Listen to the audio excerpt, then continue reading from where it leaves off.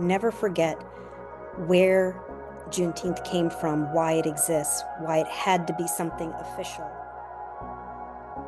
Sonali, thank you so much for doing this. I know how Oh, busy you are, no, but thank you. really, we thought that when we celebrate Juneteenth, my idea is that it affects all of us, right? It's not a black holiday, but it's an American holiday, and so that we started doing this a couple of years ago of just talking to people about what they felt about Juneteenth, which we call our Juneteenth series, and we feel that all of us, no matter how we come to this thing we call America, are affected by Juneteenth. Yeah, yeah. I mean, I think it's a really wonderful way to commemorate it because, well, I mean, I don't know when you want to ask the questions, but I have Yes, been I'm going to thinking do that about, after this one, I, but I thought we should yeah, preamble. yeah. The preamble is that, unofficially, I'll tell you that growing up here in the western suburbs, we had no idea what Juneteenth was. It was not part of our education. And I think having it be declared a national holiday allowed it to become just elevated the importance of it to everyone.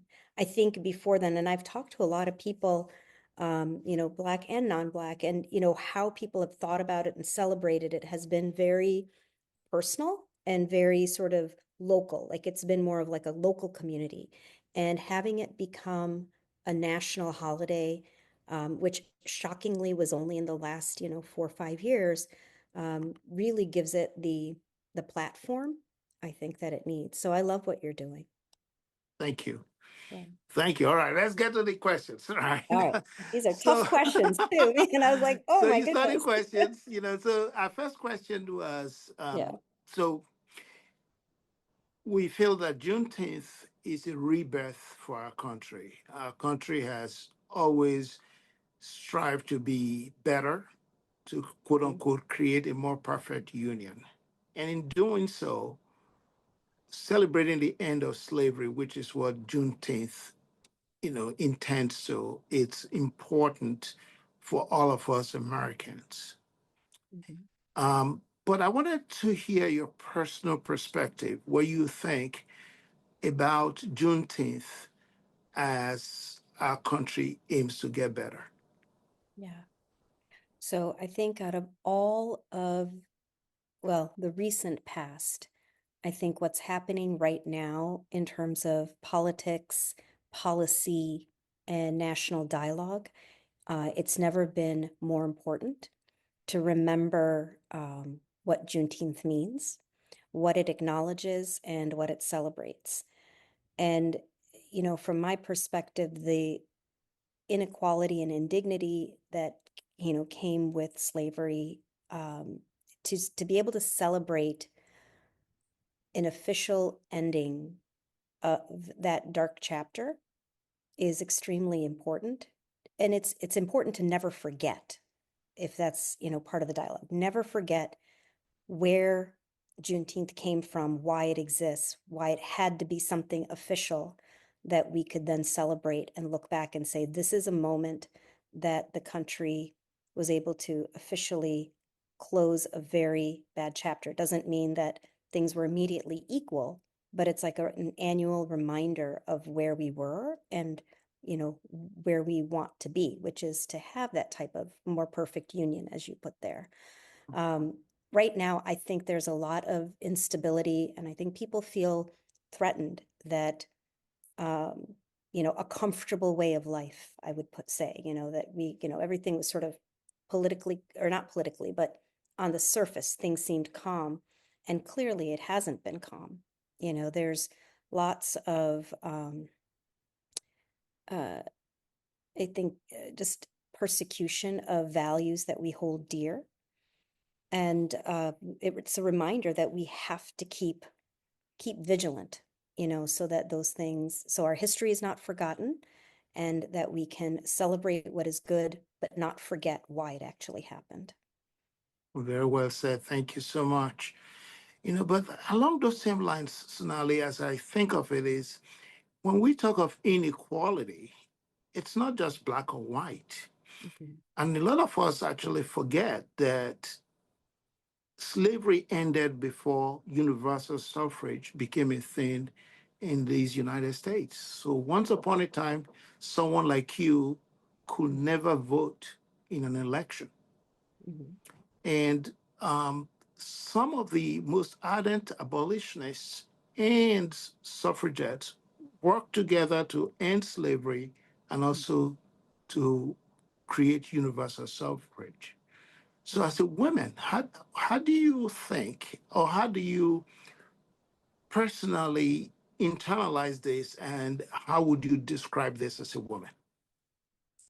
Yeah, I think that, the time difference between, on one hand, acknowledging the end of slavery, and on the other hand, still denying women a chance to vote, which is such a basic right, much less, have a career or lead, is is just shocking when we look back. And again, I just think, for the last few decades, we've kind of gotten used to not taking freedoms for granted, but not thinking about them as intentionally as I think we need to. And maybe that's the silver lining of all of Mhm. the conflict that's there today.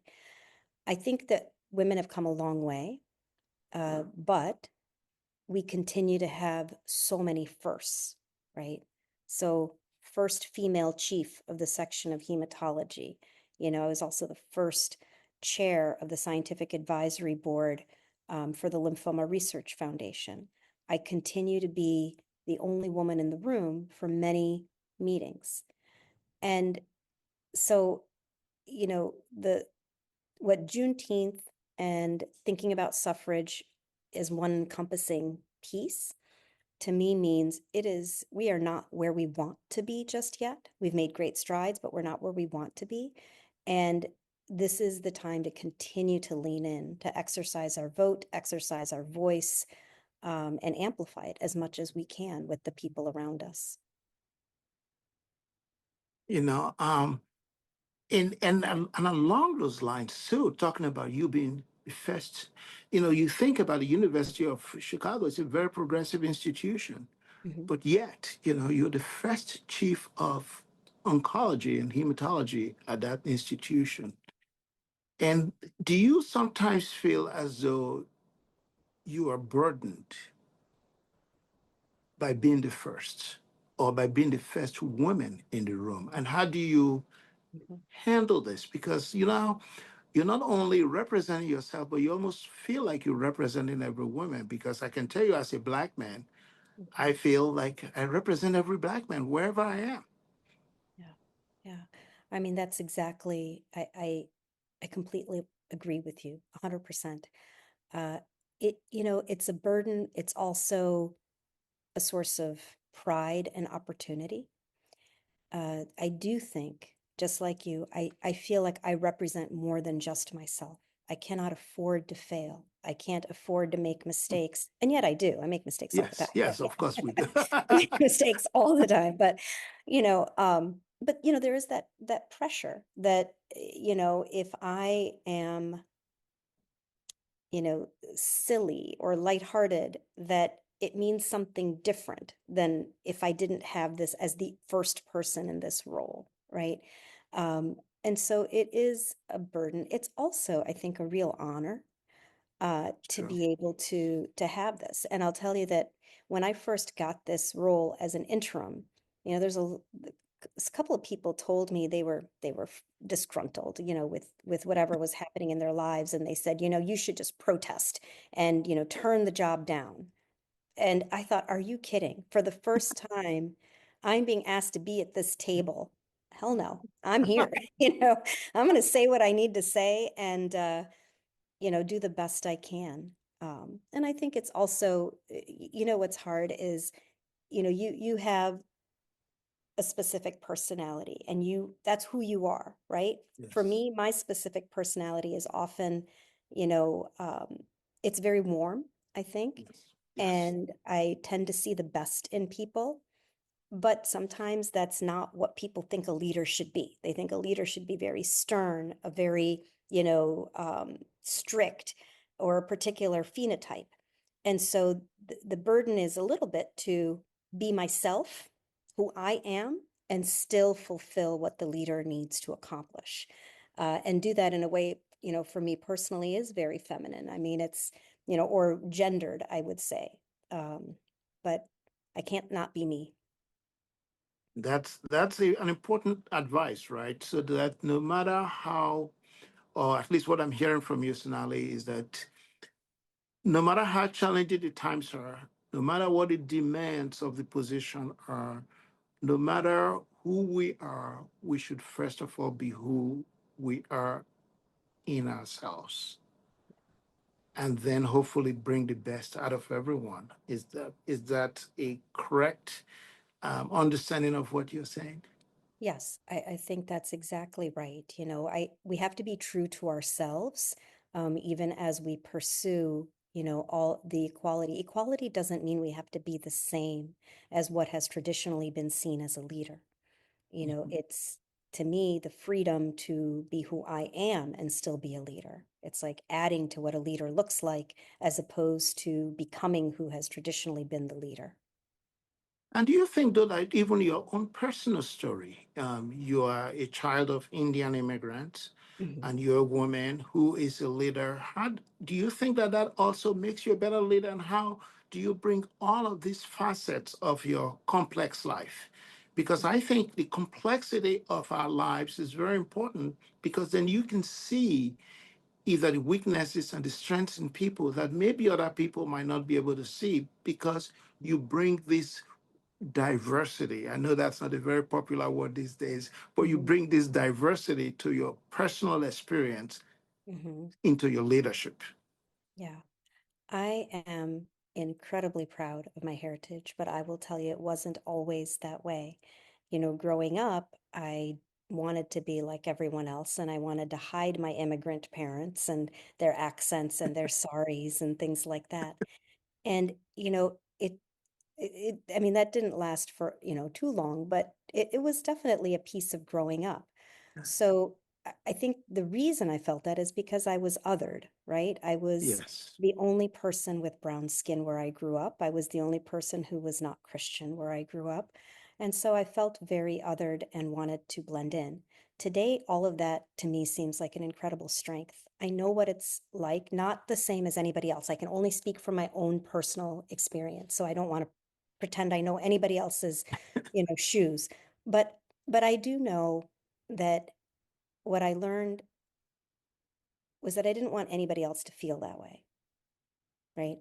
So I felt that, like, I felt ostracized as a child for things that were just who I was or where I came from. And today, all it does is inspire me to and remind me to lean in and see who's not being included, who's not at the table, and see if I can bring that along. So I think there is a strength that I got from, that experience. And and you feel this, right? As a physician, you Absolutely. take care of everyone who comes your way. It doesn't matter if you agree with them politically or their background, you take care of them because you're an amazing doctor. And you take care of them at one of the most vulnerable parts of their lives when they're dealing with cancer.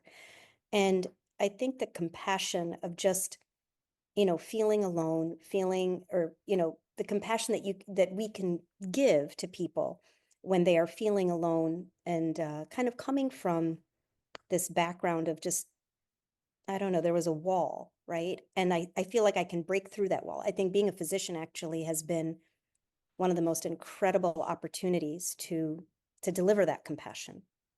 But it comes from being othered. I really do think that. You know, So, oh, so if we take that, I'm gonna just Yeah. sort of take it one step, Maya, before Yeah. you jump in. Um, but being othered in a way, I think it's an additional strength because where you practice at the University of Chicago is probably one of the most diverse neighborhoods in Chicago, and Mhm. the significant portion of your patients are Black patients. And Mhm. how do you bring this on to the table of taking care of these people who they themselves feel ordered? Yeah. No, this is actually one of the key reasons I'm at the University of Chicago and why I have stayed there for 27 years. Walking through the hallways, it's not just the patients who are diverse, it is the workforce that is diverse. Our VP of Cancer Services, there are many women who have leadership roles. There is an incredible diversity on both the patients and the workforce, and it makes it feel very whole. I don't feel like I stand out in any way from that perspective, and I love it. I love that it's just all normalized and it's all based on a person's what they bring to the table as a human being. And so, that is something about University of Chicago that I really enjoy. The other part is, you asked about patients, and there's also diversity of socioeconomic status, regardless of race, right? And we have many people who are from, you know, uh, for example, from Bridgeport, and they're Muslim Americans. We have many people from Northwest Indiana who are blue collar workers. We have, many Polish patients. We have, there's socioeconomic, religious, and racial ethnic diversity. So I think this is like where I want to be, Yes, I can tell. Okay, Maya, go on.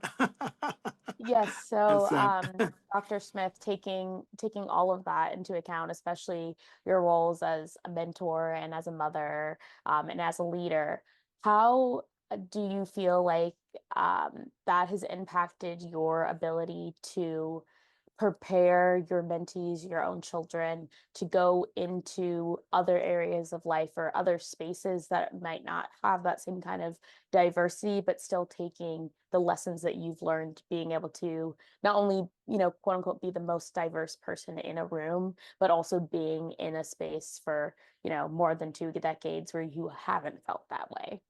Yeah. That's a hard question. I do my best, but maybe I can speak for my children. So, I think my children, I have 4 kids, and in some ways I feel like they've been raised in a bit of a bubble. They went to Chicago public schools and, you know, take public transportation, and they're very, they've been exposed to, I think, many, many different people from different walks of life. Um, the piece, so I think when they go out, like I have a daughter at Vanderbilt, so she's in the South. I have another one who's in Seattle. I have another one in LA. And I think they are when they see areas of the country that may not be as much of a bubble, I think it is a little bit of a shock, but I also think it makes them more resilient and proud of where they come from, because they're able to talk very comfortably about being in this kind of a bubble. I think that's part of it. The other piece is that I did tell my children from a very early age, or at least expose them to adults. So, sometimes kids feel that adults are another species. And I can tell you that all of my children can speak to adults because we force them to do that. So, and it just comes from a place of seeing a person as a person, independent of age or, whatever background it is. And that's something I'm really proud of, actually, with my kids. At work, you know, that's a really hard question. Obviously, people come to the University of Chicago as fairly fully formed adults, but I have hired 25 people in the last 5 years. We've been on a growth spurt. And what I've looked for are just people who are good communicators, can speak their mind in a very collegial way. Like, we don't have to all agree at all. And in fact, University of Chicago is known for, you know, um, people speaking up, freedom of speech and freedom of thought. So people don't always have to agree. Uh, but I've loved the energy of strong personalities who are willing to say what they stand for. And so I think that fits in with the culture of where we are right now. I mean, when I first started, and Remy, all of the people, all my senior faculty, right? So, Yes. Mark Ratain, Dick Larson, Fumio Lapati, these are not shy people, right? They're not No. shy, especially Fumi, right? But it's in a really, like, they're strong personalities because they believe in something. They are not just talking. And I think that's something I really love about where I work. All right. I don't Sam, know do if you I have answered anything your to say? question, If not, Maya. I may not have answered your question. I'm sorry. no, No, you no, did. You you Went off did on a did. answer. You tangent. did. You No, you did. did. You did. I really appreciate it because you know, as a woman and someone that's looking to potentially go into, you know, hematology, oncology, you know, I look up to you as a mentor and someone that whose career I'd like to strive to have something similar. So you definitely answered my question. Thank you. That's really sweet. And I do hope you end up in hematology oncology. I kind of feel like it's destiny, but no pressure. Maybe, maybe. We'll see. We'll see. Hearing it for the first time, Sonali. So Fantastic. Well, thank you so much. I get the easy question of, do you have any plans for Juneteenth this year? How are you going to be celebrating? Yes. So Um, on actual Juneteenth, I will be in Switzerland because I'm going to the lymphoma meetings in Lugano. But tomorrow, and then also kind of throughout the month, there's a number of different events happening at University of Chicago. Tomorrow is the one for our cancer center. And it's, I don't know, do you know Camilla? Have any of you met her? She would be somebody for you to meet with or interview if you want, but she works in our cancer center, just dynamic, lovely person. But she has essentially through the Cancer Center, we have a meeting to talk about Juneteenth, to talk about why it's, why it's celebrated, what it means, why is it, is it being threatened? That's one of the questions. Not from like an extreme of slavery, but is it being threatened from the perspective of celebrating something that, supports diversity, let's just say, or supports equality for diverse backgrounds. And so that's a conversation we'll have tomorrow. And there's different ways to celebrate. Um, I think for the past, what I've done is, it's mostly been through my work and not so much through the city, but the city also has many opportunities. Yeah. Very exciting. enjoy. Yeah. Enjoy. So thank you so much, Sonali. Enjoy Lugano. It's always a pleasure talking to you. You know how much we at Hematology Oncology of Indiana love you and look forward to talking to you some more. It's Thank you so mutual. much. Thank you for including me. I feel really honored, truly. So thank you.